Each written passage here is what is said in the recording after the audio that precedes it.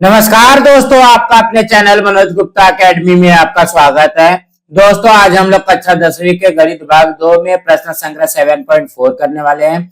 दोस्तों, अभी तक आप लोगों ने इस चैनल को सब्सक्राइब नहीं किया है तो प्लीज सब्सक्राइब और चैनल लाइक कीजिए और अपने फ्रेंड्स के साथ शेयर कीजिए। दोस्तों, बाकी विषय के भी प्रश्न उत्तर के वीडियो बना करके अपलोड किया गया है, उसका लिंक आपको डिस्क्रिप्शन बॉक्स में दिया गया, आप लोग वहां पर जाकर के देख सकते हैं। तो आइए अब हम लोग चालू करते हैं प्रश्न संग्रह 7.4। ये है प्रश्न संग्रह 7.4। उसके पहले प्रश्न में क्या बोल रहा है? आकृति 7.43 में बिंदु ए केंद्र वाले वृत्त में कोण ए बी सी बराबर 45 अंश, ए सी बराबर 7 करनी में 2 सेंटीमीटर हो तो वृत्तखंड बी एक्स सी का क्षेत्रफल ज्ञात कीजिए। और पाई का मान दिया गया 3.14, करनी में 2 का मान दिया गया है 1.41। तो यहाँ पे देखते हैं, देखो कि ये क्या है, ये है हमारा वृत्त। इसमें क्या बोल रहा है? बिंदु ए केंद्र वाले वृत्त में कोण ए बी सी बराबर 45 अंश। देखोगे हमको यहाँ पे बी ए सी बराबर 45 अंश दिया गया है। तो कहने का क्या मतलब है, यहाँ पे प्रिंटिंग मिस्टेक है। यहाँ पे आ जाएगा कोण बी ए सी बराबर 45 अंश और ए सी दिया गया 7 करनी में 2। देखोगे ए सी क्या बन जाएगा, हमारा वृत्त की त्रिज्या बन जाएगी और ए बी भी वृत्त की त्रिज्या बनेगी। हो तो वृत्तखंड बी एक्स सी का क्षेत्रफल ज्ञात कीजिए। तो कहने का क्या मतलब है, बी एक्स सी वृत्तखंड कौन सा है, ये है। तो यहाँ पे हम लोग क्या करेंगे, वृत्तखंड का क्षेत्रफल का फॉर्मूला लगाएंगे। तो सबसे पहले क्या क्या दिया गया है वो लिखते हैं। यहाँ पे वृत्त की त्रिज्या, वृत्त की त्रिज्या को हम लोग क्या लिखते हैं, आर लिखते हैं। ये दिया गया है 7 करनी में 2 सेंटीमीटर। उसके बाद में और क्या बोल रहा है, देखोगे कोण बी ए सी बराबर 45 अंश। तो देखोगे ये क्या हो जाएगा, माप चाप बी एक्स सी हो जाएगा। यहाँ पे लिखेंगे माप चाप बी एक्स सी बराबर किसके होगा, कोण बी ए सी के बराबर होगा।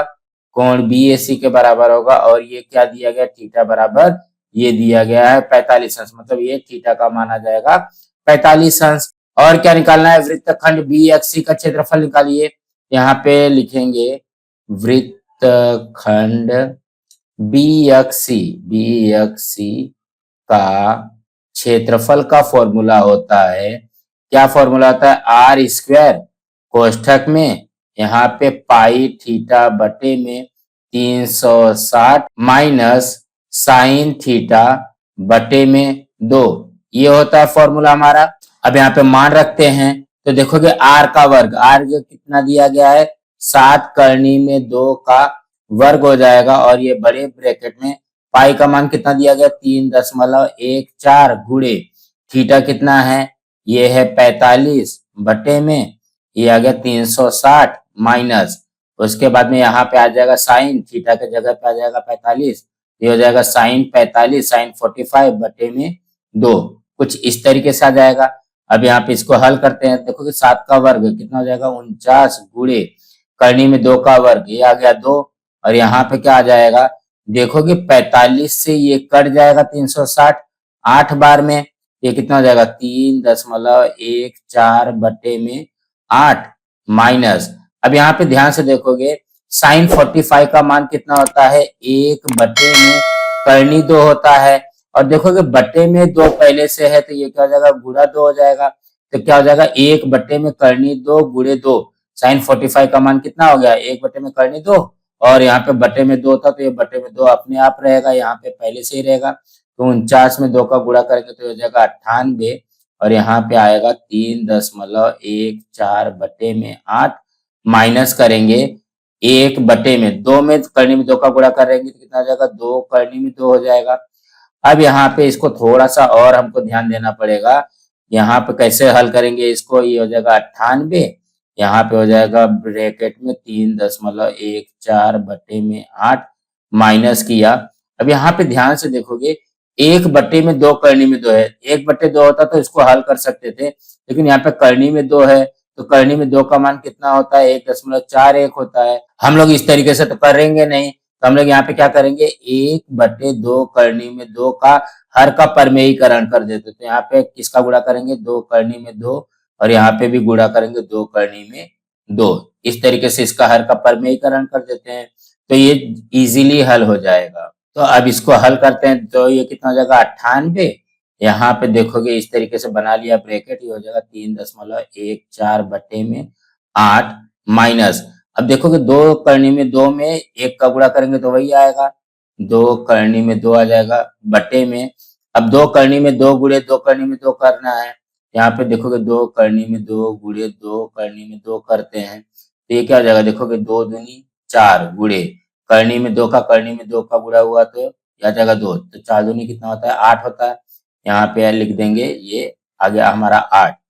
अब इसको कैसे हल करेंगे, देखोगे ये हो जाएगा 98, यहाँ पे आएगा 3.14 बटे में 8 माइनस दो गुणे करनी में दो का मान कितना है 1.41 है, 1.41 बटे में ये आ गया हमारा 8।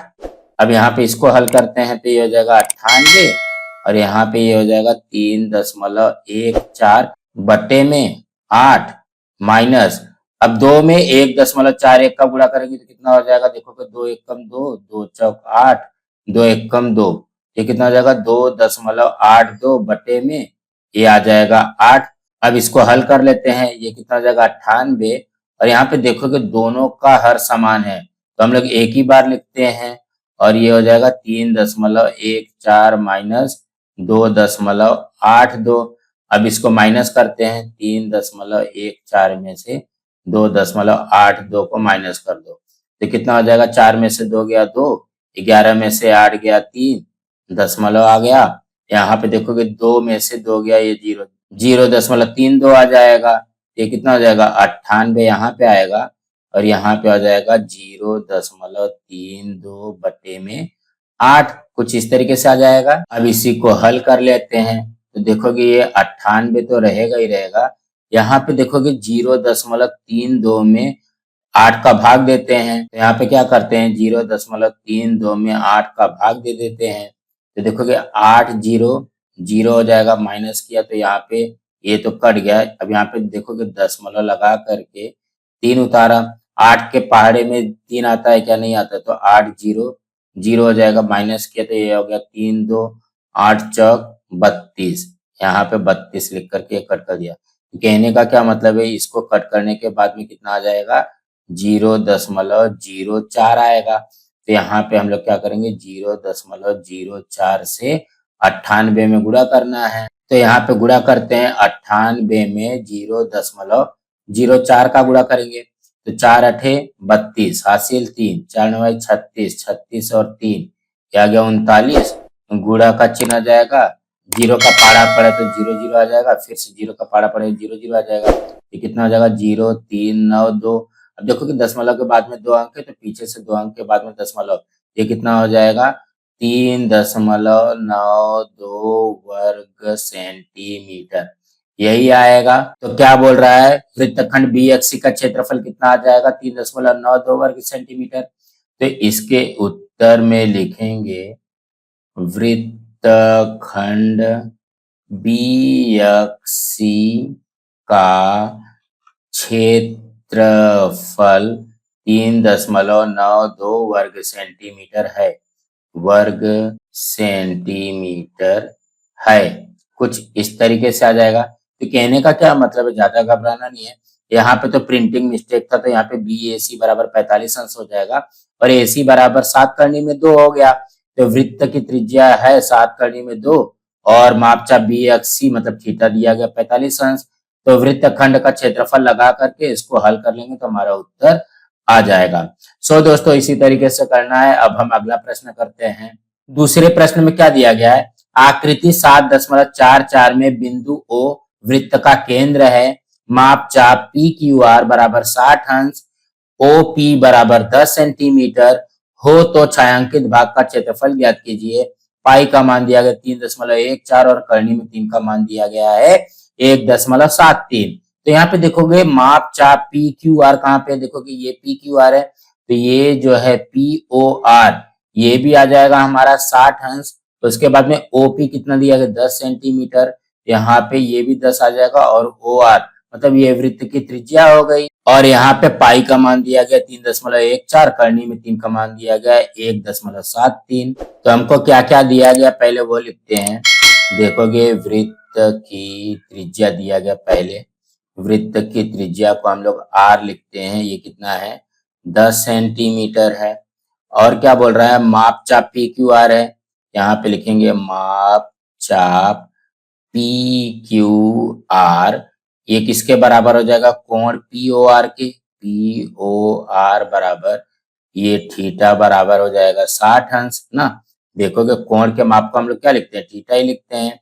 अब हम लोग क्या करेंगे, छायांकित भाग का क्षेत्रफल बोल रहा है, तो इसका मतलब यहाँ पे वृत्तखंड का क्षेत्रफल लगेगा। तो यहाँ पे हम लोग लिखेंगे वृत्तखंड, वृत्तखंड पी क्यू आर का क्षेत्रफल का फॉर्मूला क्या बन जाएगा, आर का वर्ग कोष्ठक में पाई थीटा बटे में 360 माइनस साइन थीटा बटे में 2, कुछ इस तरीके से है फॉर्मूला। अब सबका मान रख देते हैं, तो देखोगे आर कितना है हमारे पास, ये है 10, ये हो जाएगा 10 का वर्ग। तो पाई का मान कितना है 3.14 गुणे थीटा का मान है 60 बटे में 360 आ जाएगा, माइनस किया, यहाँ पे आ जाएगा साइन थीटा का मान 60, तो साइन 60 हो जाएगा बटे में 2। अब यहाँ पे क्या करेंगे, 10 का वर्ग होता है 100, और यहाँ पे देखोगे ये कटेगा क्या, 60 से ये कट जाएगा 6 बार में, यह आ जाएगा 3.14 बटे में 6 माइनस साइन 60 का मान कितना होता है, करनी में 3/2 होता है। और ये देखो कि बटे में 2 पहले से दिया गया, तो इसको यहाँ पे इस तरीके से लिख लेंगे, तो ये क्या हो जाएगा 100, और यहाँ पे आ जाएगा 3.14 बटे में 6 माइनस, अब यहाँ पे देखोगे करनी में 3 का मान हमको दिया गया 1.73, 1.73 बटे में ये आ गया हमारा 2 दूनी 4। अब देखोगे 6 और 4 दोनों का हर समान तो नहीं है, तो हम लोग क्या करेंगे, सबसे पहले लसावी लेंगे ना। तो 6 और 4 का लसावी कितना होता है, 12 होता है। तो इसका मतलब हर हमको क्या करना पड़ेगा, 12 बनाना पड़ेगा हर को। तो 3.14 बटे में 6 है, और यहाँ पे 1.73 बटे में 4 है, इस तरीके से है। तो हर को हमको क्या बनाना है, यहाँ पे हर को बनाना है 12। तो देखो कि 6 को 12 बनाने के लिए हम लोग यहाँ पे 2 से गुणा करेंगे, तो इसमें भी 2 से गुणा करना पड़ेगा। जब हर में 2 से गुणा करोगे तो अंश में भी 2 से गुणा करना पड़ेगा। फिर 4 को भी 12 बनाने के लिए 3 का गुणा करेंगे, तो यहाँ पे अंश में भी 3 का गुणा करना पड़ेगा। अब यहाँ पे इसको हल कर लेते हैं, तो देखोगे बराबर 100 तो है।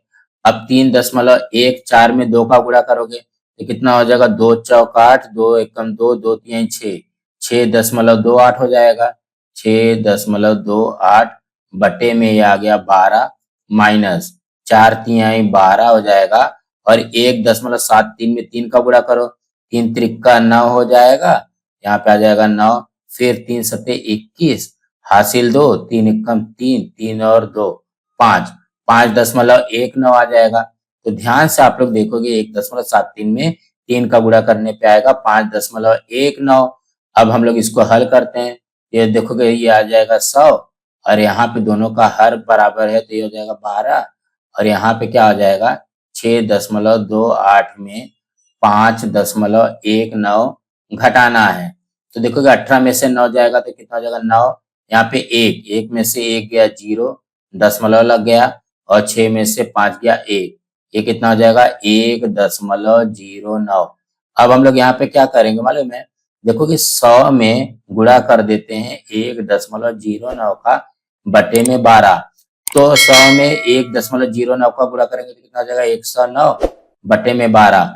अब 109 में 12 का भाग दे देते हैं, तो 109 में 12 का भाग दो, तो देखोगे 12 नवा 108 हो जाएगा, माइनस किया तो यहाँ पे कितना आ जाएगा 1 आ जाएगा, दशमलव लगाया ये आ गया 0।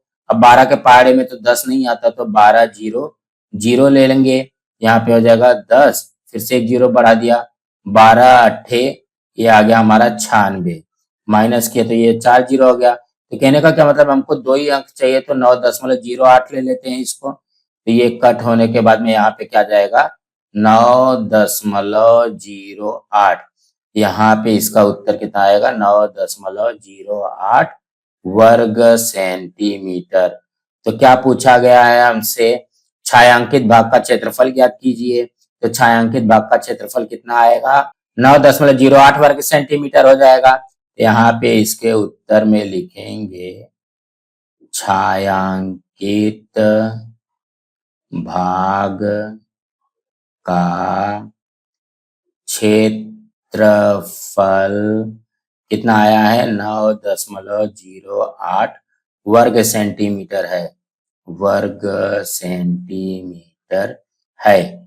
कुछ इस तरीके से आ जाएगा। तो कहने का क्या मतलब है, इसमें भी ज्यादा घबराना नहीं है, सिर्फ हमको यहाँ पे ध्यान देना है, माप चाप पी क्यू आर बराबर 60 अंश दिया गया है, तो ये कोण पी ओ आर भी हो जाएगा 60 अंश। ये जब हमारे पास 60 अंश आ जाएगा और ये जो दो त्रिज्या दिया गया है, तो हम लोग यहाँ पे वृत्तखंड पी ओ आर का क्षेत्रफल लगा देंगे। तो हम लोग यहाँ पे पी ओ आर का क्षेत्रफल के लिए क्या फॉर्मूला लगाएंगे, आर का वर्ग कोष्टक में पाई थीटा बटे में 360 माइनस साइन थीटा बटे में 2। अब इसको हल कर लेंगे तो हमारा उत्तर आ जाएगा। सो दोस्तों इसी तरीके से करना था। अब हम अगला प्रश्न, तीसरे प्रश्न में क्या बोल रहा है, संलग्न आकृति 7.45 में एक केंद्र वाले वृत्त में कोण पी ए आर बराबर 30 अंश, एपी बराबर 7.5 मीटर हो तो वृत्तखंड पी क्यू आर का क्षेत्रफल ज्ञात कीजिए और पाई का मान दिया गया है 3.14। तो हम लोगों को क्या बोल रहा है, देखो कि पी ए आर कितना है, 30 अंश है। फिर एपी है 7.5। जब देखो कि एपी ये त्रिज्या 7.5 है तो ए आर भी 7.5 हो जाएगा, ठीक है। और वृत्तखंड हमको निकालना है, तो वृत्तखंड का क्षेत्रफल तो हम लोगों को पता है, तो यहाँ पे लिखेंगे वृत्त की त्रिज्या बराबर आर बराबर 7.5। उसके बाद में क्या दिया गया, माप चाप पी क्यू आर, यहाँ पे लिखेंगे माप चाप पी क्यू आर, ये किसके बराबर हो जाएगा, कोण पी ए आर के। पी ए आर बराबर, इसको क्या लिखते हैं, थीटा लिखते हैं। थीटा हमको दिया गया है 30 अंश। अब उसके बाद में वृत्तखंड का क्षेत्रफल का फॉर्मूला लगाते हैं, यहाँ पे लिखेंगे वृत्तखंड पी क्यू आर का क्षेत्रफल का फॉर्मूला हो जाएगा आर का वर्ग, और यहाँ पे इस तरीके से ब्रैकेट लिखेंगे, तो पाई थीटा बटे में 360 माइनस साइन थीटा बटे में ये आ गया 2, इस तरीके से आएगा। तो देखो कि आर का वर्ग, ये कितना हो जाएगा, 7.5 का वर्ग हो जाएगा। और यहाँ पे पाई का मान कितना रखना है, 3.14 गुणे थीटा कितना दिया गया, 30 बटे में 360 आ गया, माइनस ये क्या आ जाएगा, साइन थीटा का मान 30 मतलब साइन 30 हो गया बटे में 2, कुछ इस तरीके से आएगा। अब यहाँ पे इसको हल कर लेते हैं, 7 अठे 56 0.25 मतलब 7.5 का वर्ग कितना होगा, 56.25, और यहाँ पे ब्रैकेट हो जाएगा। तो देखो कि 30 से ये कटेगा 360 12 बार में, ये कितना हो जाएगा 3.14 बटे में ये आ गया 12, माइनस साइन 30 का मान कितना होता है, 1 बटे में 2 होता है, और बटे में 2 पहले से, तो यहाँ पे क्या हो जाएगा, गुणा 2 हो जाएगा ना। देखोगे साइन 30 का मान 1 बटे में 2 और यहाँ पे बटे में 2 था, यहाँ पे ये वाले 2 से गुणा हो जाएगा, ये हो जाएगा 56.25। यहाँ पे कुछ कटेगा क्या, नहीं कट रहा है, तो वैसे रहने दो, 3.14 बटे में 12 माइनस 1 बटे में 4। अब यहाँ पे क्या करेंगे, 56.25 है। अब यहाँ पे देखोगे नीचे बटे में 12 दिया गया है और यहाँ पे बटे में 4 दिया गया है, तो 4 को हम लोग 12 बना सकते हैं। तो कैसे करेंगे, देखोगे 3.14 बटे में 12 हो जाएगा, माइनस 1 बटे 4 में किसका गुणा करेंगे कि 12 हो जाएगा, देखो कि 4 तिहाई 12 होता है, तभी तो आएगा ना हर समान, 4 तिहाई 12 हो जाएगा। तो यहाँ पे अंश में भी हमको गुणा करना पड़ेगा 3 से। अब यहाँ पे इसको हल कर लेते हैं, ये कितना हो जाएगा, देखो 56.25 तो है ही है। अब यहाँ पे ब्रैकेट में 3.14 बटे में 12 माइनस 3 × 3 बटे में 4×3 = 12। देखो कि दोनों का हर समान आ गया। यहाँ पे हम लोग क्या करेंगे, 56.25 और ब्रैकेट में ये हो जाएगा, देखो कि दोनों का हर समान है तो इसको एक बार लिख लेते हैं और ये हो जाएगा 3.14 माइनस 3।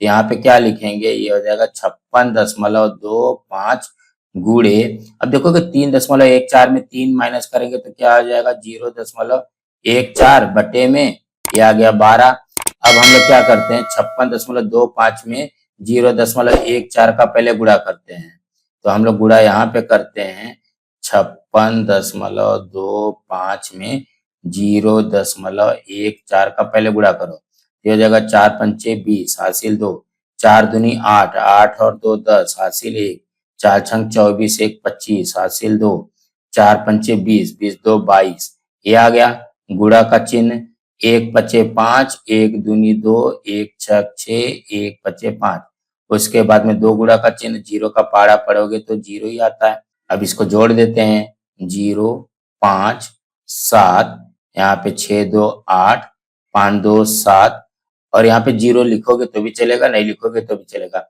अब देखोगे दशमलव के बाद में 2 अंक है, दशमलव के बाद में 2 अंक है, मतलब 2 2 4, पीछे से 4 अंक के बाद में दशमलव लग जाएगा, तो कितना हो जाएगा, 7.875, तो यहाँ पे आ जाएगा 7.875 बटे में ये आ गया 12। अब भाग दे देते हैं, 7.875 में 12 का पहले भाग दो, ये 12 का भाग दे दिया, तो देखोगे 12 0, ये आ गया 0, माइनस किया, ये आ गया 7, दशमलव ऊपर लगाया, यहाँ पे आ गया 8, फिर 12 छंग 72 होता है, माइनस किया, यहाँ पे आ जाएगा 6 और ये 7, फिर 12 पंचे ये आ गया 60, माइनस किया तो ये आ गया 7 और 5, फिर 12 छंग 72, ये 72 माइनस किया तो यहाँ पे आ गया 3, 0 ले सकते हैं, फिर 12 दूनी आ गया 24, माइनस किया तो कितना हो जाएगा, 6 आ जाएगा, फिर से 0 ले लेंगे हम लोग यहाँ पे, फिर 12 पंचे ये आ गया 60। ठीक इस तरीके से भाग देंगे तो इसका उत्तर कितना आ जाएगा, इसको यहाँ से कट करेंगे तो कितना हो जाएगा, 0.6565, यहाँ पे क्या हो जाएगा, 0.65625 वर्ग इकाई, इस तरीके से आ जाएगा। तो क्या पूछ रहा है हमको, वृत्तखंड PQR का क्षेत्रफल ज्ञात कीजिए, तो इसके उत्तर में लिखेंगे वृत्तखंड PQR का क्षेत्रफल 0.65625 वर्ग इकाई है, वर्ग इकाई है, कुछ इस तरीके से आ जाएगा। तो कहने का क्या मतलब है, जैसे हम लोगों ने पहला किया दूसरा किया, सेम वैसे को वैसे करना है, सिर्फ वृत्तखंड का क्षेत्रफल का फॉर्मूला लगा करके उसके अंदर मान रख देंगे तो हमारा उत्तर आ जाएगा। सो दोस्तों इसी तरीके से करना था। दोस्तों आज हम लोग अपना यहाँ पे ये वीडियो स्टॉप करते हैं, इसके आगे के जो सवाल हम लोग अगले वीडियो में करेंगे। दोस्तों आप लोगों को ये वीडियो कैसा लगा आप लोग कमेंट बॉक्स में जरूर लिख करके बताइए और इस वीडियो को ज्यादा से ज्यादा लाइक कीजिए, अपने फ्रेंड्स के साथ शेयर कीजिए ताकि उनको भी प्रश्न संग्रह 7.4 मिल सके और इस चैनल को सब्सक्राइब कीजिए। नमस्कार दोस्तों।